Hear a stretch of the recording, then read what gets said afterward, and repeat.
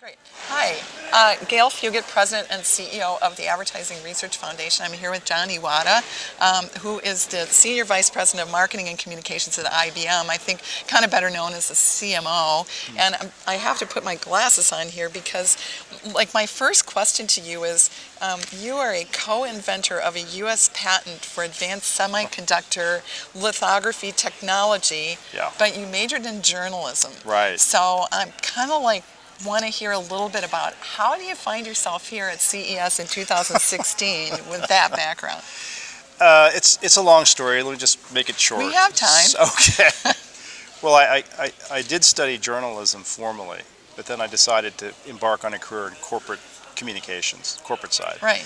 And I entered IBM, a long time ago out in Silicon Valley. I'm from Silicon Valley. I went to school there, and I entered IBM in a very small communications department. You're kind of more were you in a think tank part? I'm trying to. Yes. Yes. We have a research laboratory out there. It's up in the hills. It's beautiful, and it's not product development. It's research. So every company has R&D, I guess, but we have R. Good. And then there's D. Yes, and you keep it separate. R. That this kind was of is R. a smart thing. So it was like a university setting, and it was a multidisciplinary laboratory that does everything from computer science to physics to magnetism to chemistry to all these things.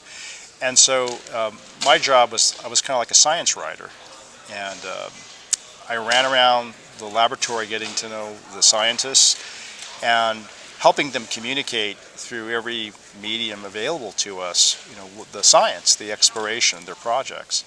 And because it's multidisciplinary, you can imagine that you have to learn a little bit about everything. Yes. And my role as a communicator is to translate what they do to a lay audience, namely myself. The patent came about because in one part of the lab they were pioneering the use of the most advanced kinds of microscopes, not optical microscopes, to look at atoms. And I said, how does that work? How does that work? How does that work? And so they had to explain to me the principles by which this really advanced technology worked. Meanwhile, over here, I'm learning about some other grand challenge completely unrelated to that. And I thought to myself one night, well, if this device works on those principles, if you changed it this way and that way, wouldn't you be able to use it over here for a completely different need? In other words, using like the Post-it note. Well, I would hardly compare my modest little patent to the Post-it note. What it comes down to is it's the accidental discovery in a way. That's true. Making a connection. Using a microscope technology for semiconductor chip manufacturing. And that was the origins of the patent. And I got it a long time ago. But I'm very proud of it because it speaks volumes about the culture that I was a part of that embraced a person who has no formal background in any of those fields. You articulate an idea rather hesitantly, and they said, no, it absolutely would work. You should file a patent. But I think the insight there of it is tightly connected to your journalism background because you were talking to scientists and you were saying, why did you do that? What did you do? How does that work? How does that work? And continuing to ask. I am not afraid of dumb questions. I don't think there are any today, right? This is a very disruptive time in marketing and advertising and there is so much new happening in the world, technology, our field. Nobody knows what is, what will be, how things work, and so it's good to be curious. And I think that kind of humility is good. Yes. Valuable. Yes. And I would imagine being a good listener is a key part of that too. If you're going to ask a question, why ask if you're not going to bother to listen to the answer very carefully? David Ogilvy wrote at the beginning of his famous book, Confessions of an Advertising Man, he did not view advertising as an entertainment medium, but as a medium for education, for information. Yes. I really believe that. Yes, it doesn't mean it has to be dull and boring, but that a lot of the emotions that we feel as humans can be unlocked because we have learned something or we have been inspired by something we did not know was possible. We didn't know that it actually works that way. Yes. And you can get a tremendous emotional reaction by simply giving people insight into something they did not understand. Yeah, I mean, I think bringing it to David Ogilvy is really powerful because he was like, don't underestimate the consumer. I mean, don't talk down to them. Respect. I think he says, don't speak down to the consumer because she is your mother or she is your wife or something like that. Yes, yes. Well, it was the Mad Men days, so. That's true. That's true. Yeah. Yes, and he, of course, has been so important to the ARF over the years. We have the Ogilvy Awards and all that. So now you're marketing and breathing life into. And I've read kind of how you speak of what your role is and what you're trying to accomplish, and I find it also really powerful. This whole idea of actually bringing IBM to life for consumers, and now just not to complicate things too much, Watson. Yes. So say a little bit about that, and maybe everyone isn't familiar with Watson. I think it's just a fascinating endeavor that you have. It's a big bet for your company. It's very impressive. I've been kind of deep into it because I'm on the Wharton Future of Advertising Board, and so we got really kind of close in a few years ago. But love to hear some more about Watson. Sure. And how that came about and kind of what your vision is for how you want to breathe life into the big blue box. Well, let's go back to the research part of IBM. And they are not developing products, they're advancing science. They love to be taking on what they call grand challenges. And there's a grand challenge in every field, as you could imagine. Some might remember the grand challenge of building a computer that could beat a grandmaster in chess. That was a grand challenge for decades.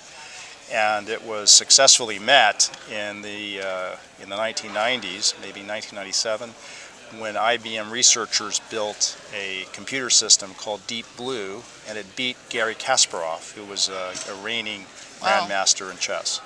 And it made a lot of headlines because it was a milestone in computer science. It also raised the questions of the machines and what mankind can do, and so forth. Yes, man versus machine. Yeah, but that was a challenge that was very straightforward in its own way. Hard, but straightforward. Chess has defined moves. There are rules. There are a limited number of moves. There are strategies. And a computer, like a human, can learn them and can process them with great power and can be competitive. Now, Watson came about because of a different grand challenge. Watson is not unique because of its computing brute strength. It was designed for the phenomenon of data that we're now living through. Here's what I mean by that. Most of the data that's being created in the world today, and will from this point forward, is what the technologists would call unstructured data. Right. It would be social media, video, images, sensor data, not the rows and columns that we would associate with spreadsheets and ledgers and things like that. Computers can process the data, they can store it, they can move it around, they can protect it, but they don't understand it. They don't actually understand the content of a video. They don't understand what people are saying in Twitter. So the scientists more than 10 years ago said, we need to take this challenge on. And they said a really great way to force us to create something is not chess, it's Jeopardy, the TV game show. And for those who play Jeopardy or who are familiar with it, it's actually very hard for a human to be good at. It's impossible for a computer at that time because it's all unstructured data, it's natural language, it's puns, metaphors, allusions, all these things. Computers would say, well, I don't know the meaning of what's being stated or asked. The system they built, Watson, debuted in the winter of 2011, and it beat Ken Jennings and Brad Rutter, who were the two best Jeopardy players of all time, humans, and it had won. And since then, we have taken Watson. I didn't know that. Yes. That's really interesting. Yes, and it also... So the parallel from the chess game to, it's very interesting that that's the approach that you took. Because it's a different problem. Yeah. And it's the problem that we're living through right now. But it's a proof point. It's a different way of creating a proof point.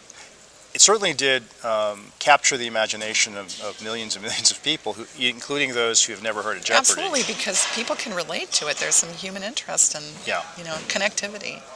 So since 2011, more democratic in a way. In terms of its just accessibility, yeah, it's true. So Watson today has been commercialized. It's being moved into various industries and problems. But from a standpoint of marketing and brand building, Watson has become a very powerful brand unto itself for IBM. And we're not a consumer company, but for all intents and purposes, Watson is a consumer brand. I mean, it's recognized by millions of people. We run TV spots, and millions and millions of people know Watson, right. and they have a connection with Watson. Watson as a persona, as a personality, as a character. Right. It's so true, and I'm glad you brought that up, because that was the one thing that happened when we were at Wharton at this board meeting. So the idea of Watson actually being a personality is really interesting to me, because when we were at the Wharton Future of Advertising board meeting, they had the tabletop breakouts after the demonstration, and every table spoke of he would do this, one table spoke of she, and it was all of a sudden it personified Watson. It was a person doing it, and it was kind of like the Wizard of Oz, right? But like the face behind the technology. And I thought, people were like, anybody have any insights? That was mine, right? I mean, I was like, we're all talking about this as a person. It's so fascinating. Yeah, well, part of it was intentional. Helpful for branding. Well, think about it. When Deep Blue beat Kasparov in the 90s, we analyzed how that was covered in the media and how it was received by normal consumers. And while it was impressive, it also raised some level of anxiety. And the name Deep Blue, big black box with blinking lights and so forth. And so when we thought about this technology that the researchers were creating to play this Jeopardy match, we learned from the Deep Blue experience and said, we really need to take a different approach here. The name Watson comes from the founder of IBM, Thomas J. Watson Sr. Yes, which I just learned about in the past couple of weeks. I hadn't made that connection. Watson needed a voice to be on Jeopardy, and so we tested voices out, and the voice of Watson then and now is the same voice. Watson needed a physical manifestation, this avatar that debuted in Jeopardy. It's been refined a bit, and it will continue to be refined, but that avatar of Watson is basically unchanged. Yes, I think you have had really clean and consistent branding. Yeah, and it will continue to evolve. How do you do that? That's difficult to do. As soon as you have a spark of success like you've clearly had here, a lot of people want to put a mark on, branding and changing and evolving. Well, that's true. That's your. Your aegis is probably that more consistency of equity, of brand equity. What approach do you take? Well, like every iconic product brand, you have to have guidelines and you have to take them seriously. And yes, I mean, people would like to associate with Watson with all sorts of things. We have to be careful of dilution, of elasticity of the brand. But I think beyond that, it's what makes Watson Watson is a very interesting question as it moves into all different kinds of fields. And here at Consumer Electronics Show, we're announcing some new partnerships. Well, let's talk about Under Armour. Let's dive into that one. Share a little bit about that partnership that you've just announced. Well, we'll announce it in a few hours. Yeah. Under Armour, great company, great story in terms of how it was created. All right, so you heard it here first. We're a few hours before we're not live.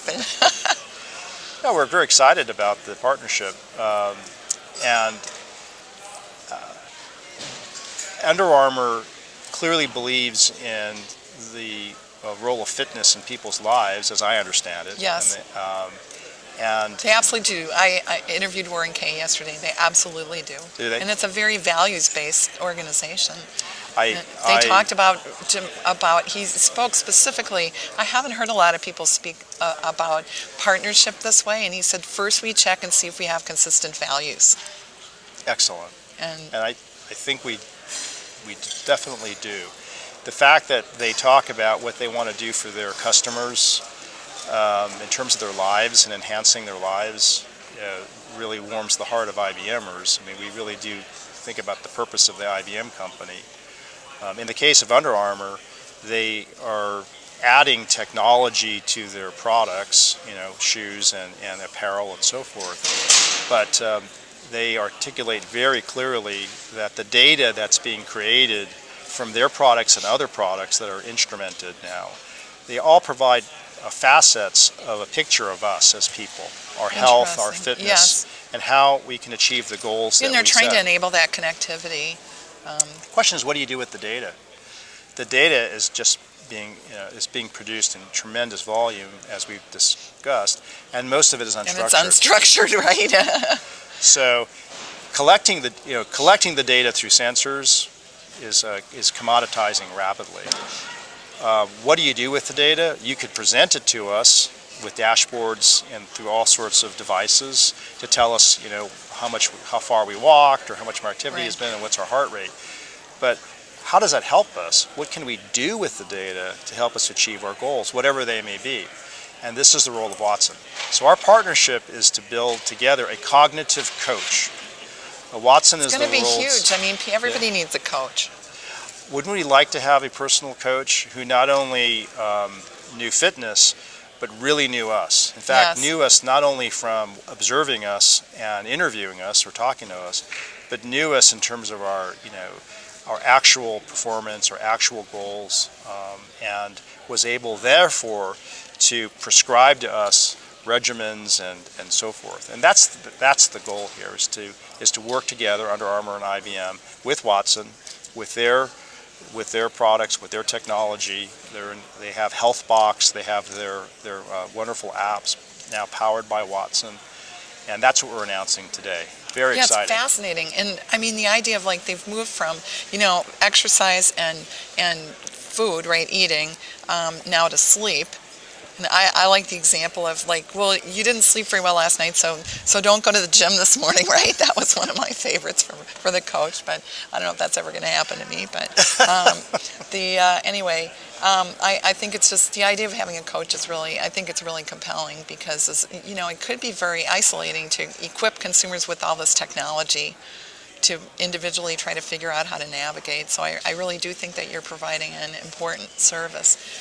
Jon, you have won so many awards and accolades and have been honored in so many different ways. I want to ask you about failure. Have you ever encountered failure, and what's your perspective on that, and how did you deal with it?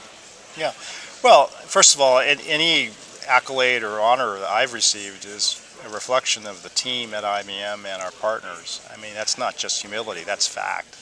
The brand of IBM is 90% of anything that an IBMer receives in terms of recognition, and the team is the rest of it. So it's been a privilege to represent their work. Failure is a daily occurrence. Okay. It depends what one means by failure, but I know what you mean by that. And there have been so many things that we've tried that didn't work. There are so many things that we should have tried, but we didn't do. I consider that a failure. It's that type 1, type 2 errors, right? Yeah. There are all sorts of errors. I think that way too. I think that's a good way to think about it. Missed opportunities. Obviously, you want to learn from them, and it's a shame to not reflect on that. And I think if I go back to your question about the origins of my patent, if there is a thread that goes all the way back to those days to today, I am willing to learn, and I'm willing to ask questions and to observe. So failures to me are regrettable. I mean, we strive for excellence at IBM, like every company, I suppose. We don't like it when things go poorly. We believe we have a culture where we don't punish failure, but we pause and think. Do you get it out and reflect. Talk about it? We do. Someone yesterday from Unilever said, Stan Nathan, said, and Keith, we were chatting, said we should have a hall of shame in our organization, right? So we would actually evangelize things so that they never happen again, was the point that they made. This we do, and I think what we could do better. You do. How do you do that? We could do better is to more formally and consistently do that, rather than to make it based on this individual or this manager or this leader. If it was more of a routine or almost a ritual in our culture, I think we'd all be better for it. But by and large, I think people work so hard, they try so hard. Nobody sets out to have something go poorly. Absolutely. Right. And there are so many reasons why things don't work out the way you hope they did. It's not productive to just point out that it didn't work out. What is productive is to convene the team and say, okay, what did we learn from this? And to share it. Share it. And we certainly are not afraid of sharing stories within IBM. We encourage it, we enable it through technology and all the rest. So some people have said in the last couple of days, I mean, you're here at CES, and clearly there's a lot of experimentation going on, that they felt that their company had a culture of yes, and you know that just about any idea you had, you could get investment for. Is that kind of how you approach experimentation? You have tremendous resources in this research area. You know, I know it's appealing to say that about any company that you would work for. Well, I don't know if it's true or not. I just know that's how they're how they're presenting their I think organization. I think IBM is certainly is serious about the new. You know, it backs it up with billions of dollars every year of investment. Culturally, we are always hungry for ideas in every corner of the company. But here's the thing that's happening in the world that somewhat challenges the idea of just come up with an idea and we'll let you run with it. Whatever and if it doesn't work out, let's learn from that. Here's what's happening here. So when you hear about design thinking or you hear about agile taking over, these terms are not casual terms. They're new business methods. They're somewhat related, but what they have in common is you really have to pay attention to the person that you're serving or the product that you're building. How is it actually used? Mm-hmm. If you're a digital marketer and you're looking at your analytics and you're running your digital funnels and all that sort of thing, what is actually happening? You know, where are they actually going? And so it's not just data as in research. It's you can actually see insight. If people are responding or behaving the way you hope they would to your message, to your product, to your tactic. And then rapidly, and this is where agile isn't a lowercase a, it's an uppercase a, says, how do we then improve the product, the message, the program, whatever it is? And in a way, that it seems a little more constrained because you now are being tied to efficacy and outcome. Not from a dollar standpoint, right, or testing, but you're actually seeing for the first time in many cases what's actually happening. And so you may have a good idea. The best thing to do is to put it out there quickly, see whether it works, and then iterate. And I think that's... Yeah, there's a lot more discipline in that than just saying yes. I really like that approach. And I sense a higher level of accountability. It is. Like we're learning and we're going to clock our learning and then we're going to continue to learn, but we're going to like build on something, build on that learning. The accountability in the past would have been to the company or to the management. I think the accountability now moves more horizontally to the user, to the customer, to the employee, to the person that you're trying to accountable to deliver value, as you were speaking before. So just a minute on art and science. You're what I refer to as a trustee on the board of the Cooper Hewitt. And I have had a chance to live in New York to spend some time at that museum. And I find it absolutely fascinating how they have created interactive technology. I'm a trustee at the Art Institute in Minneapolis, and that museum is the most advanced that I've been to around the world in integrating and creating experiential learning through technology. So contrast kind of art and science, and I'm just so interested in hearing with your leadership role at IBM and how it transcends over into that, creating the Museum of the Future and the experiences kind of world. Well, I think art and science, as it relates to our field, as it relates to institutions like Cooper Hewitt, and Carolyn Bauman has done a fabulous job, reopening that museum, and just amazing reaction to the museum itself, to the collections, to the experience. And I think it represents the great blend of art and science. I mean, in the end, they want to engage people. Museums aren't warehouses of objects, and which should be protected from the people. They're there to enhance the lives of people, interact with in some way. Yes. And I think the science, therefore, can really play a great role, which is, in the case of Cooper Hewitt, they have this wonderful pen. Yes. Which allows a person to sort of curate their own experience. Yes. And then you create art with it. You can create art with it while you're there. It's something that maintains a connection with the museum and the experience after you leave, before you come.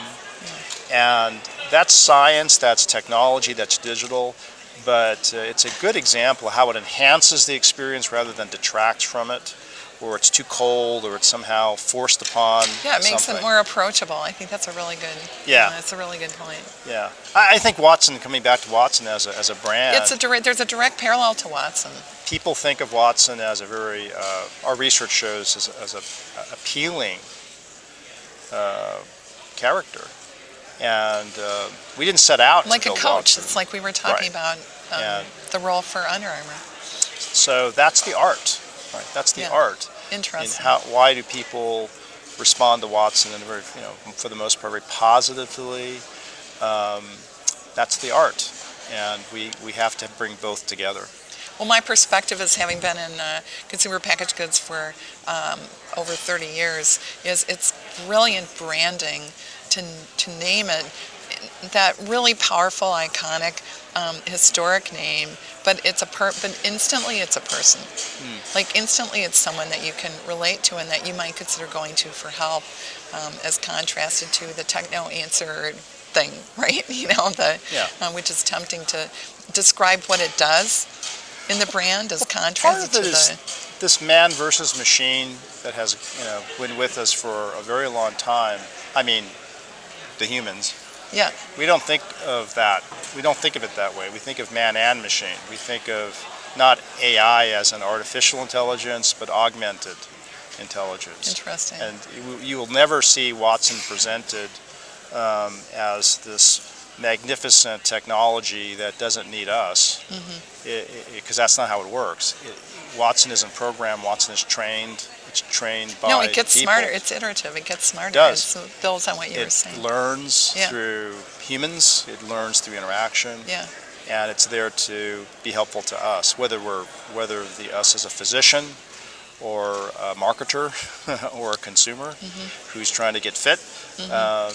Watson's there to help us, and that's, I think, part of what makes Watson a unique brand.